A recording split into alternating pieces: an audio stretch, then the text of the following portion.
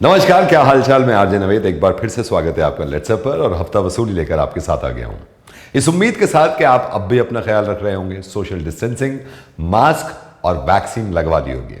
शुरुआत करते हैं हफ्ता वसूली की।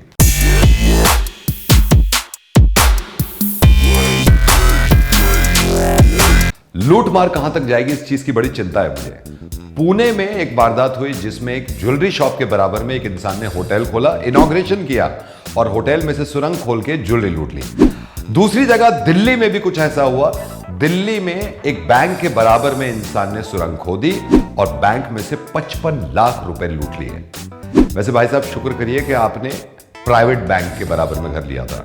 अगर आप सरकारी बैंक के बराबर में रह रहे होते तो सुरंग खोदने के बाद पहला जो आदमी मिलता आपको वो यही कहता, अभी लंच टाइम चल रहा है, आप बाद में। तेलंगाना में एक ही आदमी ने एक ही वक्त में 2 लड़कियों से शादी करी और हैरत की बात यह है कि दोनों लड़कियों के परिवार की रजामंदी से।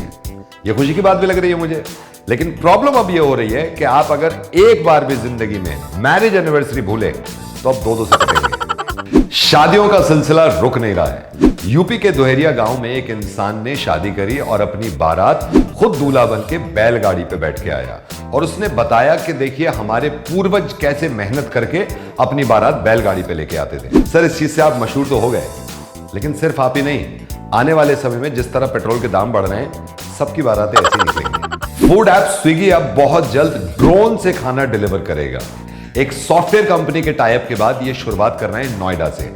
मतलब आने वाले समय में जब आप फूड ऑर्डर करेंगे तो आपको खाना देने ड्रोन आएगा। ये उन लोगों के लिए तो बड़ी मुसीबत हो गई ना, जो लोग सिर्फ 2 मिनट खाना लेट होता था और डिलीवरी बॉय पे बुरी तरह चिल्लाते थे। अब चिल्लाते रहना ड्रोन पे। वन मैन आर्मी के बारे में जानते हैं आप? एक इंसान जो बहुत तरह के काम कर सके। हमारे पुलिस कर्मी हैं यूपी के ऐसे। एक पुलिस कांस्टेबल जो पिछले कई सालों से 2 जॉब कर रहे थे छुपकर। ये पुलिस कांस्टेबल की जॉब करते थे और छुपकर टीचर की भी नौकरी करते थे। सर, बस मैं ये कह रहा हूं, आप मेहनत तो बहुत करते थे, लेकिन आपको कंफ्यूजन नहीं होता था कभी? जैसे मिसाल के तौर पे किसी भागते हुए चोर को आपने पकड़ा हो और उससे कहा हो, कल जो बेटा 6 का पहाड़ा सुनाया था जरा सुनाओ, और स्कूल में जाके किसी का चालान काट दिया हो। दिल तो नहीं करता जाने का, लेकिन इस उम्मीद के साथ जाता हूं और खुशी भी होती है कि दोबारा आऊंगा हफ्ता वसूली लेकर आपके पास।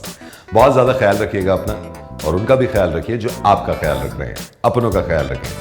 बहुत बहुत धन्यवाद। मास्क लगा के रहिए, सैनिटाइजर का इस्तेमाल करिए और दूर दूर खड़े रहिए।